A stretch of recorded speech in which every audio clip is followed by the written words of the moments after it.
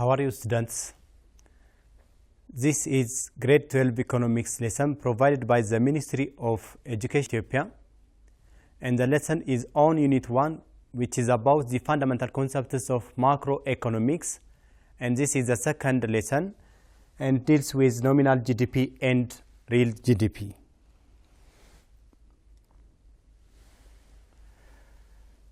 First, let's revise the previous lesson, which was about the GDP versus GNP. The gross domestic product measures the market value of all currently produced final goods and services produced within the territory or the boundary of a country. But the GNP measures the market value of all currently produced final goods and services produced by domestic residents' resources of a country in a given period of time. And the gross national product is the sum of the GDP and the net factor income. The net factor income is mathematically calculated as the factor income received minus factor income paid. If the net factor income is positive, then GNP is always greater than the GDP, and if the NFI is negative, GDP is greater than GNP.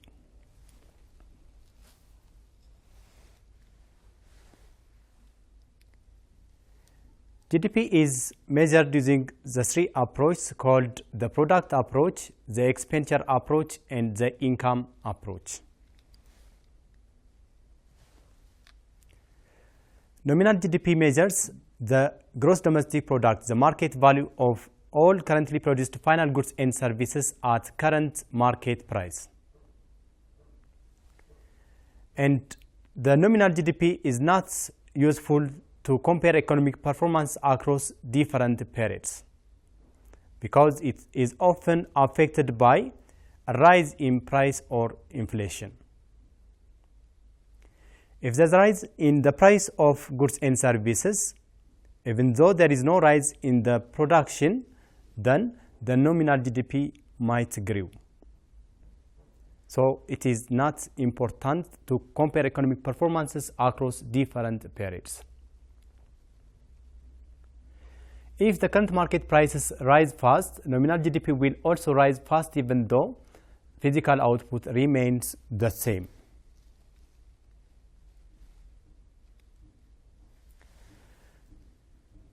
Real GDP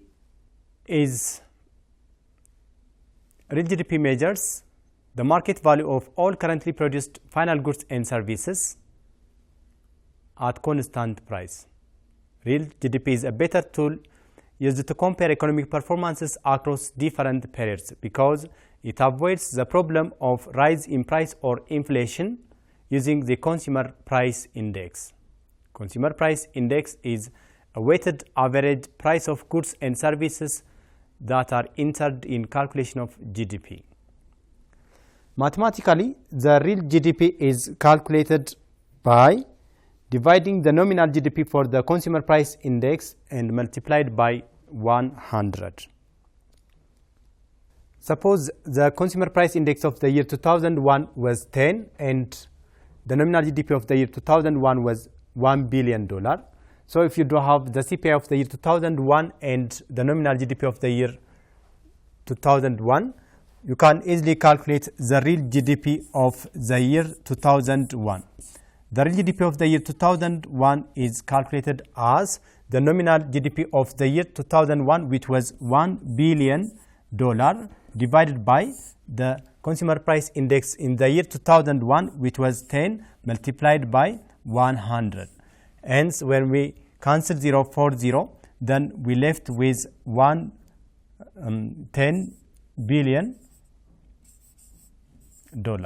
So the real GDP of the year 2001 was $10 billion.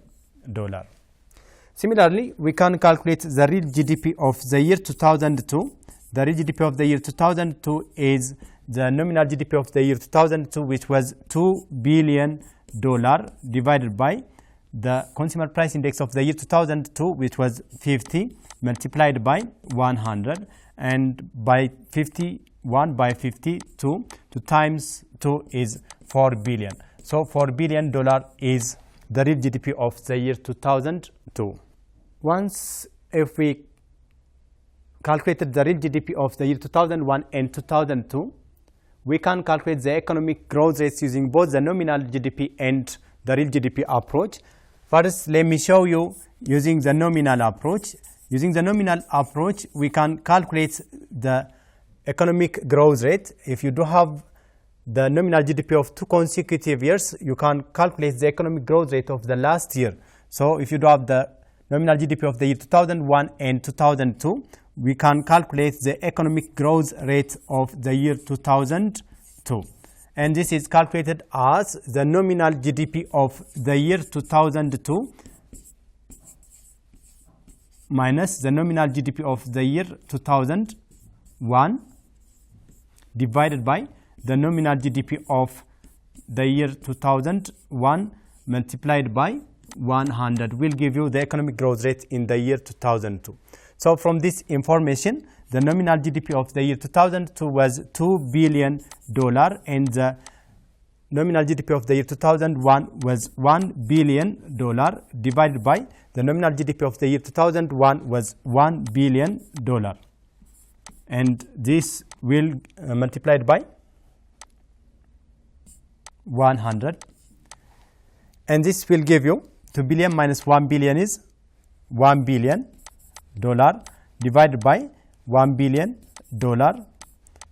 multiplied by 100. When we cancel $1 billion for $1 billion, 1 over 1 will give you 100%.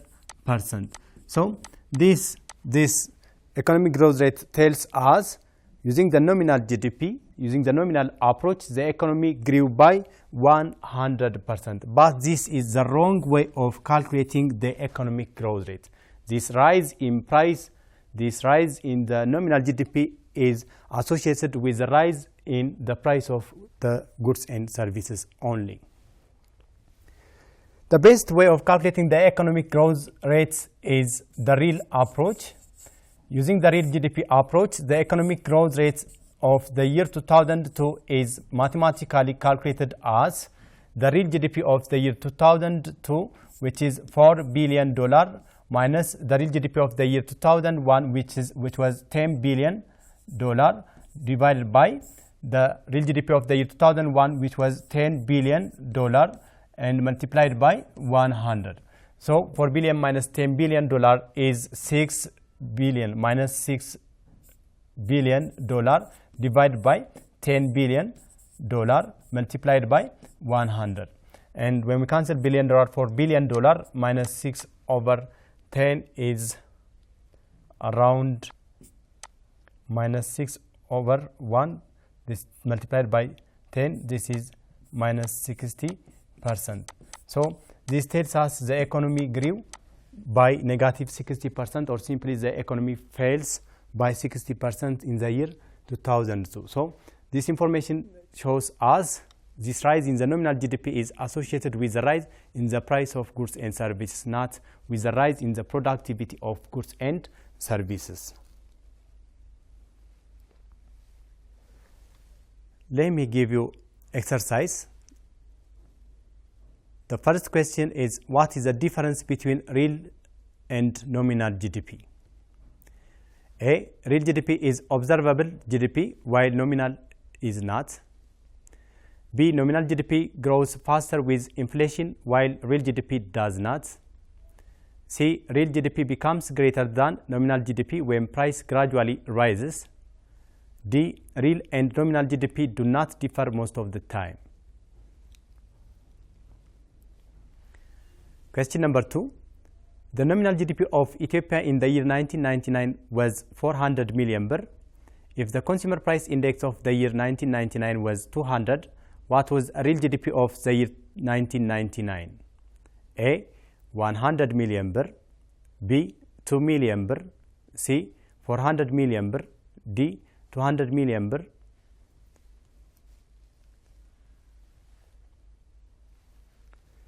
The third question is, if inflation is 5% and nominal GDP grew by 4%, then during the same period, real GDP grew by A. 9%, B. 1%, C.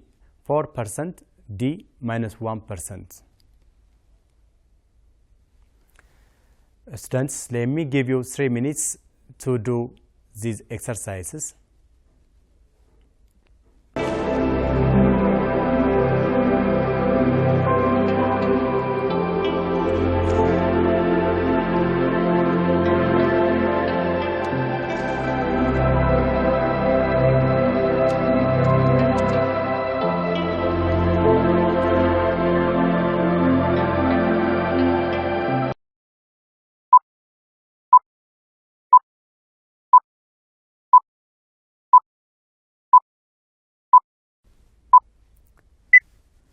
Students, let's do the questions together.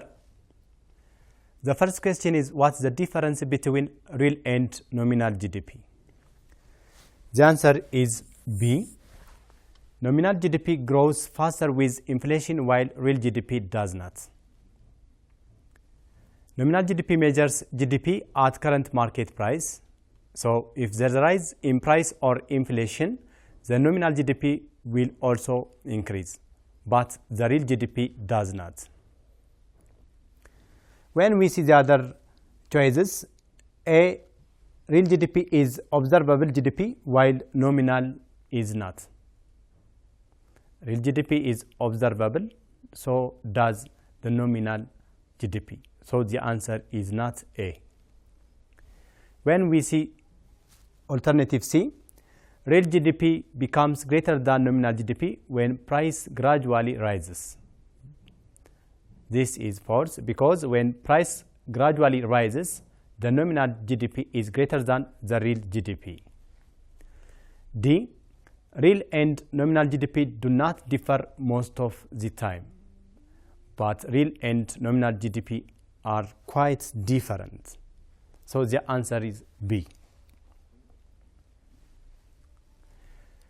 Question number 2. The nominal GDP of Ethiopia in the year 1999 was 400 million birr. If the consumer price index of the year 1999 was 200, what was a real GDP of the year 1999?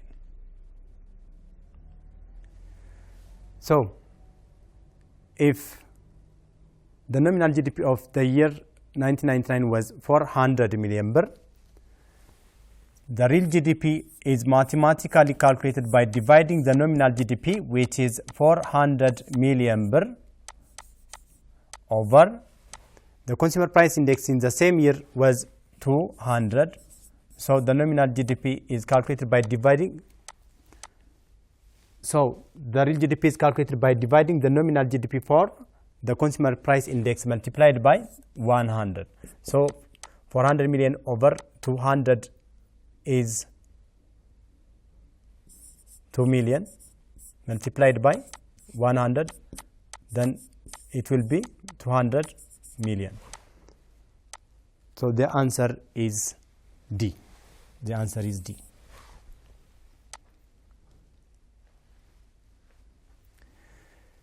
The third question is, if inflation is 5% and nominal GDP grew by 4%, then during the same period, real GDP grew by, the choices are 9%, 1%, 4%, and minus 1%. The answer is D, minus 1%. If the rise in inflation is 5%, then the real GDP grew by 5%. So there is no change in the economic growth rate. But with the rise in price or inflation by 5%, the real GDP only grew by 4%. This shows us the real GDP falls by negative 1%. Let's rush to the other lesson, which is about the key challenges of macroeconomy. Under this topic, we are going to see major problems associated in macroeconomy. And let's start with business cycle. Business cycle is defined as the up and down fluctuation of economic activities or business activities. The 4 stages of business cycles are boom or peak or prosperity, recession or contraction, recovery or expansion, and depression. Let's see these stages or phases of business cycle one by one. The first one is boom or peak or prosperity. This stage is characterized by the maximum level of national outputs, the maximum level of aggregate demand, the maximum level of investment, and the minimum level of unemployment.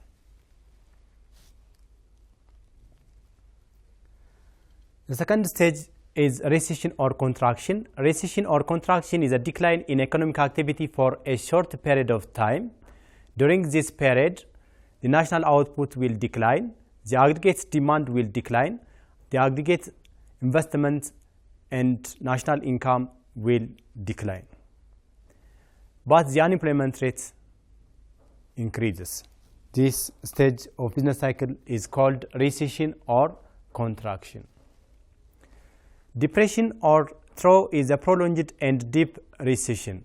If recession lasts for a long period of time and widespread, it is called depression.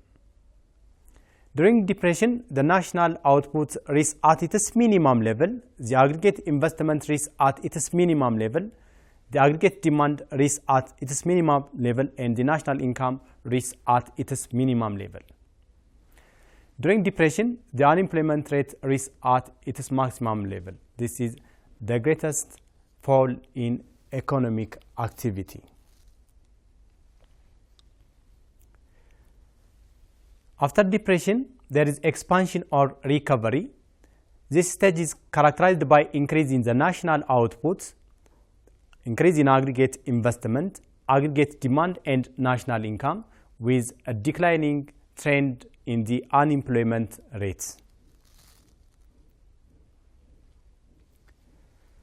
While we are going to plot the business cycle, we have to represent the economic activity in the y-axis and the time in the x-axis, and this is the growth trend. At point A represents prosperity or boom or peak. This shows there is maximum level of national output, employment, investment, and national income.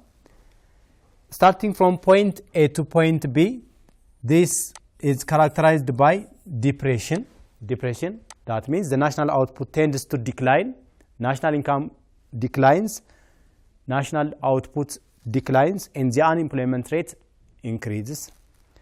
At this point, at point B, there is depression. At depression, the national output reaches at its minimum level, national income reaches at its minimum level, while the unemployment rate reaches at its maximum level. And starting from point B to point C, there is expansion or recovery. That means the economy starts to increase, the national output increases, the national income increases, investment increases, and the aggregate demand will increase. Again, at point C, the economy is at boom or peak or prosperity again. That means the national output reaches at its maximum and the national income reaches at its maximum, aggregate demand reaches at its maximum, and investment reaches at its maximum, and the level of unemployment reaches at its minimum. So this is the business cycle. Let me give you another exercise. The first question is a phase of business cycle which is characterized by minimum level of national output, aggregate investment, and national income with maximum level of unemployment rate is A, peak or boom or prosperity, B, recession or contraction, C, depression or thaw, D, recovery or expansion. Question number 2. A decline in economic activity for a short period of time is called dash. A, peak or boom or prosperity, B, recession or contraction, C, depression or thaw, D, recovery or expansion. Students, let me give you 3 minutes.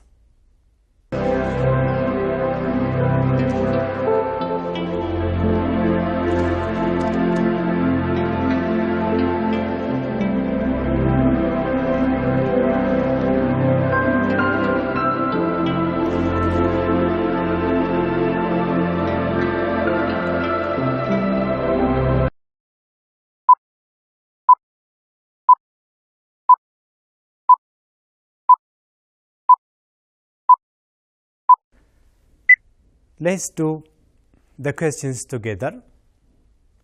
The first question is a phase of business cycle which is characterized by minimum level of national output, aggregate investment, aggregate demand and national income with maximum level of unemployment rate is depression or trough. During depression, the national output reaches at its minimum, national income reaches at its minimum, aggregate demand reaches at its minimum, but the unemployment level reaches at its maximum. When we see the other choices, choice A, peak or boom or prosperity is a period in which the aggregate demand reaches at its maximum, national output reaches at its maximum, national income reaches at its maximum, but the unemployment rate reaches at its minimum. Choice B, recession or contraction is a decline in economic activity for a short period of time. So there is a decline in aggregate demand, aggregate investment, and the unemployment rate increases. Choice D, recovery or expansion. This is a phase in which the economy starts to grow, and at this stage, aggregate demand, national income, output and investment increases, but the unemployment rate decreases. Question number 2. A decline in economic activity for a short period of time is called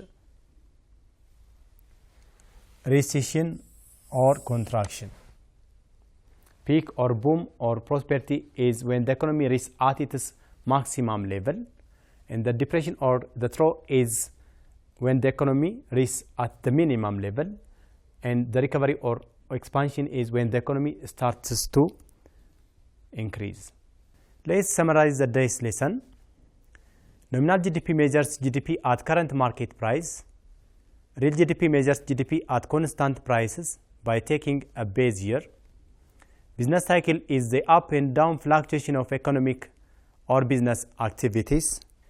The 4 phases of business cycle are peak or boom or prosperity, recession or contraction, depression or trough, recovery or expansion. Students, this is all about the day's lesson. Thank you.